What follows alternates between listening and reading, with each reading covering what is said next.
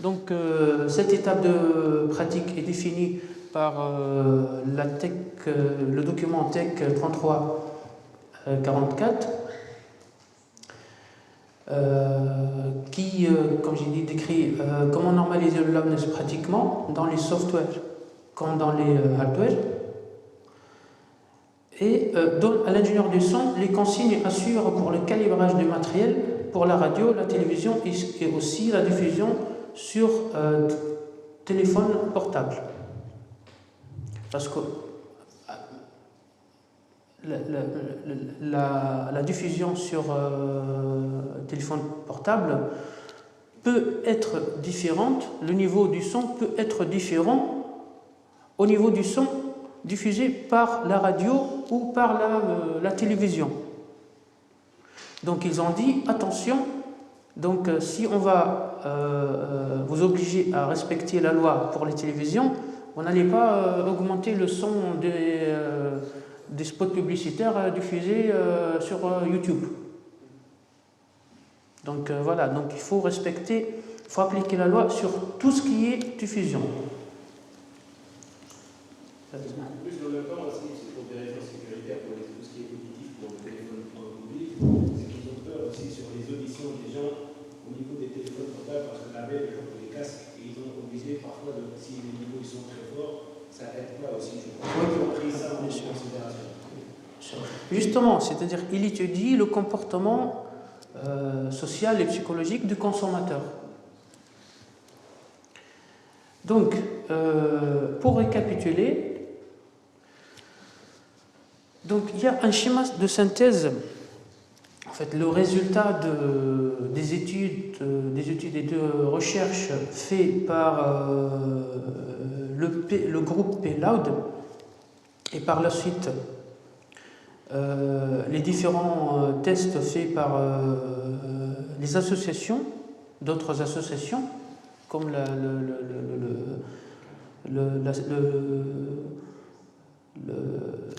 FICAM et la CST. Donc, qu'est-ce qu'ils ont dit? Ils ont dit que pour le loudness, programme loudness, il faut, en fait, ils ont divisé le travail en deux parties. Donc, ils ont dit le traitement des programmes qui ont une durée moins de 2 secondes. Donc, il y a un traitement différent aux programmes qui ont une durée de plus de 2 secondes. Minute ou la seconde? Minute, excuse-moi. Minute, oui, minute. Donc, ils ont dit pour les programmes longs, qui ont une durée de plus de 2 minutes. Donc, ils ont dit la référence est de moins 23 LUFS, qui est calibré sur les afficheurs à 0 dBFS. Mais c'est le niveau d'un minimum, si j'ai bien compris. Le moins 3 LUFS, c'est le niveau d'un minimum, si j'ai bien compris. Un niveau d'alignement? Non. حتى هو je comprends مثلا le DFS, le moins 20 ou le moins 18, ça dépend de la norme. FICAM ou bien UR, c'est un niveau d'un minimum, c'est un norme. Non, l'histoire de calibrer le moins 23 à l'UFS à 0 dB, c'est juste pour pouvoir utiliser plus facilement les outils de mesure. Question de simplifier la tâche pour l'ingénieur du son. C'est-à-dire pour lui, quand il voit 0 dB et comment il va appliquer les tolérances, c'est plus facile et plus rapide d'avoir le résultat et de réagir sur la correction que, c'est-à-dire avoir moins 23 LUFS devant lui. C'est-à-dire que c'est une manière de transition. C'est une valeur intermédiaire. Visuel, c'est pour les ingénieurs. C'est visuel, c'est juste pour le calibrage. C'est-à-dire quand on voit 0 dB FS, réellement c'est moins 23 à l'UFS. C'est-à-dire cet outil, on va y arriver, on va parler du max,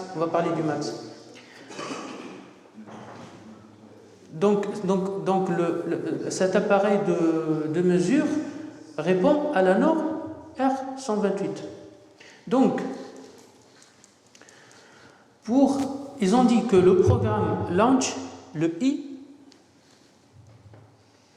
pour un programme lent de plus de 2 minutes, doit être dans l'intervalle de moins 24 LUFS et moins 22 LUFS. Je reviens maintenant à l'afficheur. Donc dans l'afficheur, on aura 0 dB. Donc le max, il sera plus 1 et l'autre moins 1. Le plus 1, pratiquement, visuellement, sur l'afficheur, il va être théoriquement moins 22 LUFS. Le moins 1 va être le moins 24 LUFS. Donc ça, c'est pour un programme lent, c'est-à-dire par exemple de 2 minutes, par exemple une bande-annonce. Ça change pas la tâche pour les gens qui font du mixage au haut niveau parce qu'on est vraiment très serré. Oui, on va y arriver. Mais pour les programmes courts, de moins de 2 minutes, là, la norme exige que le I doit être vraiment à moins 23 LUFS. Il n'y a pas de tolérance, ce qui est pratiquement très difficile. Mais on va voir dans les exemples de publicité européenne qu'il est faisable, qu'il est facile, c'est facile d'avoir un résultat, un I qui correspond vraiment à la théorie, moins 23 dB, c'est-à-dire à 0 dB. Le résultat final sera 0. Pour le short term, pour le S, donc la norme demande pour les programmes lents de plus de 2 minutes, toujours la valeur parfaite, c'est moins 23 à l'UFS, c'est la valeur moyenne. Avec une tolérance de plus 7 LU. Et là, ça rentre le dialogue, le mixage du dialogue, surtout en direct, dans les débats par exemple. Il y a des gens qui crient, il y a des gens qui parlent très faible, il y a des gens qui peuvent parler, qui ont le même niveau. Donc en fait, ils ont dit on va donner plus de tolérance pour pouvoir mixer le dialogue des gens qui parlent. Parce que quand on mixe un débat, il y a parfois, c'est-à-dire les invités, au début, ils commencent à parler doucement, tranquillement, et selon le sujet, donc après, ils peuvent se bagarrer. Ça peut influencer sur le... Voilà. Donc, justement, donc, ils ont étudié cette spécificité de dialogue, donc ils ont permis une tolérance plus large qui va jusqu'à de plus 7 dB et moins 7 dB. C'est-à-dire, théoriquement, on a la valeur moyenne moins 23, donc le plus 7, c'est-à-dire dans l'afficheur. Donc, théoriquement, c'est plus 16. La tolérance, c'est plus 16 et moins 30. LUFS. Donc, le dialogue peut être mixé et accepté. Le niveau sonore peut être accepté. On peut dire que si on a un dialogue mixé à plus 20, par exemple, à moins 20, par exemple, on peut dire qu'il répond à la norme. Il est préférable, bien sûr, que le niveau soit un niveau moyen, mais parfois, dans des conditions de débat très chaud, parfois on trouve des difficultés à agir sur le niveau pour qu'il soit un niveau d'une valeur moyenne. Donc ça, c'est juste pour les programmes longs. Pour les programmes courts, toujours pour le S, le short term, donc ils ont donné un niveau maximal qui ne doit pas dépasser le plus, c'est-à-dire plus 3 LU, c'est-à-dire plus 20 LU.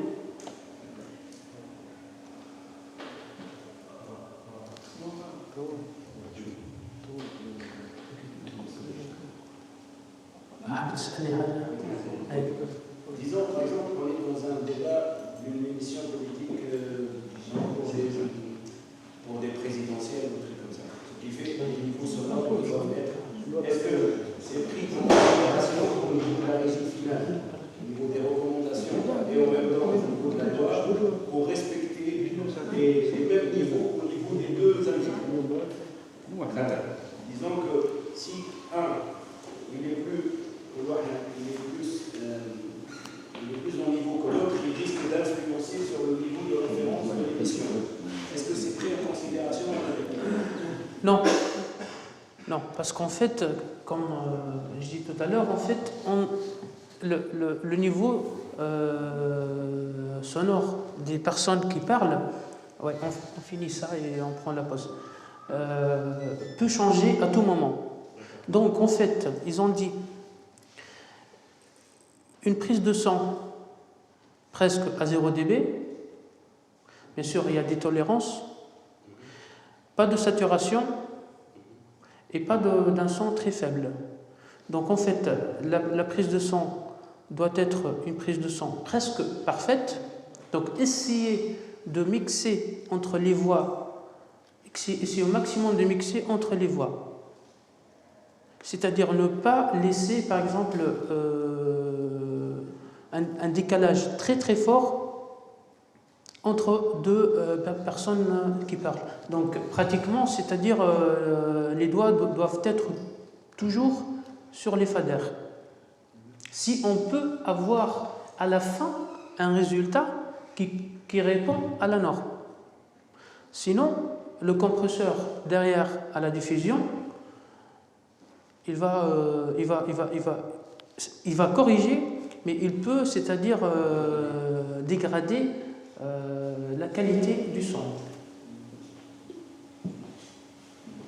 Il y a un son faible, le mixage est toujours niveau. Son faible. D'une personne qui parle dans un débat. Qui débat ou qui séquence, avec fiction. Non, on parle ici, oui, on est d'accord, mais ici, on parle surtout du dialogue. Du dialogue. Des personnes, par exemple. Oui, parce que, oui. Son cas au fait, son cas au toi. Les humains, les films de mixage, les secrétaires, pas forcément. fiction. Fiction très bien,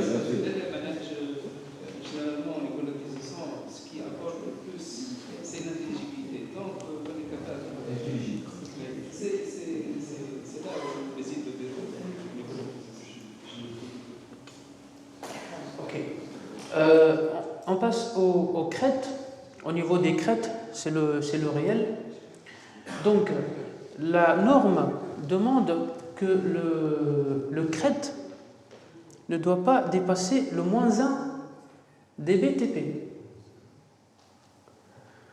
Mais, comme j'ai dit tout à l'heure, en France, donc ils ont dit on va baisser un peu. Donc ils ont dit le signal de crête, le niveau de crête ne doit pas dépasser les -3 dB tropiques réels. Ils sont dans la norme, parce que la norme dit que le niveau de crête tropique ne doit pas dépasser -1 dBTP. Mais quand même, ils ont voulu baisser de 2 dB le niveau maximal de crête tropique. Enfin, pour le LRA, le Loudness Range, la norme demande que la valeur maximale soit à plus 20 LU. C'est la valeur maximale. Pratiquement, personnellement, par exemple en mixant les débats et tout, c'est rare que je dépasse les plus 7 ou plus 8 LU quand j'ai des personnes qui parlent très fort et qui coupent la parole et qui n'attendent pas, c'est-à-dire qui n'écoutent pas les autres. Donc parfois il y a 2 personnes ou 3 personnes qui parlent en même temps.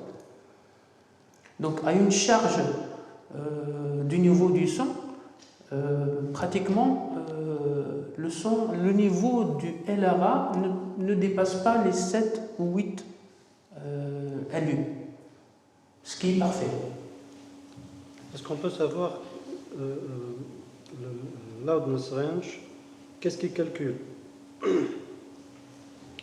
C'est-à-dire le résultat du loudness range est dû à quoi? C'est-à-dire le niveau entre le programme qui est moins de 2 minutes, ou les acteurs, il fait le ratio. C'est quoi en fait? Plus 20, ça indique quoi? Alors là, je n'ai pas une réponse pour le moment. Ouais. C'est-à-dire une RMS, c'est une valeur moyenne ou par rapport à... C'est une valeur, non, c'est une valeur maximale. Maximum, donc c'est pic. Pardon? C'est du pic, le maximum. C'est une valeur maximale. C'est une valeur maximale. Oui. Mais c'est un ratio qui m'encoule. C'est un calcul entre le short terme et le long terme. Et c'est une équation qui donne le range entre le short terme et le long terme. La différence, elle ne doit pas dépasser les 20, c'est ça?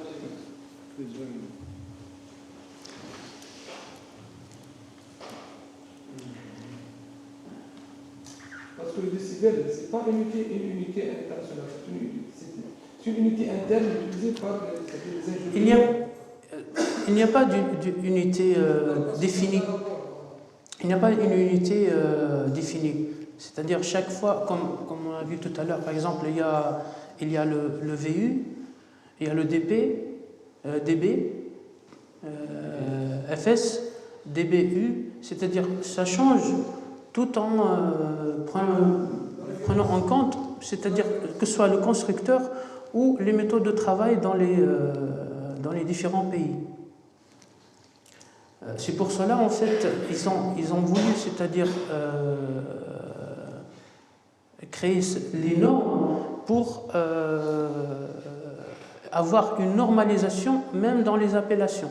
C'est-à-dire pour avoir une seule unité pour pouvoir échanger les produits entre les pays. C'est-à-dire un produit en Europe pourra être diffusé aux États-Unis tout en respectant la norme. C'est-à-dire, si j'ai envoyé un produit qui répond déjà à la norme de mon pays, il doit aussi répondre à la norme du pays dans lequel je vais envoyer ce produit-là. Par exemple, en Tunisie, si je vais envoyer un produit en France, donc je dois penser que ce produit-là doit avoir un niveau sonore qui répond à la norme de ce pays-là.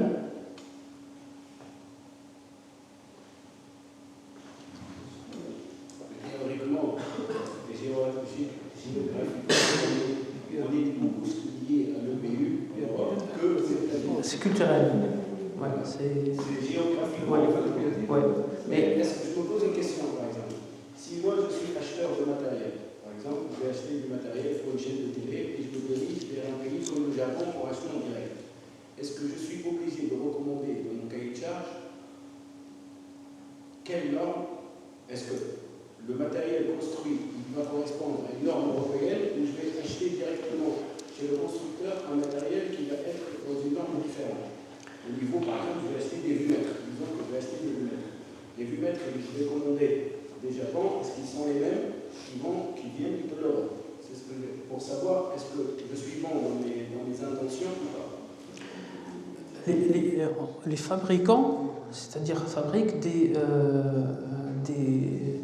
des appareils que tout le monde peut utiliser. Mais c'est le calibrage qui définit la norme. C'est-à-dire, on peut acheter le même vumètre, enfin, on peut pas appliquer ça sur vumètre. On dit par exemple le hélumètre. Donc le même hélumètre du même fabricant, avec un calibrage, on peut, c'est-à-dire lui donner les informations qui concernent une norme. Donc lui, il va nous donner le résultat qui respecte cette norme-là. Si je lui donne d'autres paramètres d'une autre norme, il va nous donner le résultat qui correspond à cette norme-là. Donc le fabricant, en fait, tient compte que l'utilisateur peut modifier et gérer l'appareil selon la norme qu'il veut. Et la norme, en fait, donc, elle n'est pas choisie par l'utilisateur. Donc, elle est le résultat de beaucoup de recherches, comme on a dit tout à l'heure. Donc, si par exemple, ici en Tunisie, on a une norme dans le cahier de charge de l'ICA, par exemple, donc on va demander au fabricant, on va lui donner par exemple nos paramètres, voilà notre norme, qu'est-ce qu'elle dit? Est-ce que ce fabricant, par exemple, peut nous donner un matériel qui peut être calibré sous la norme, par exemple la norme tunisienne?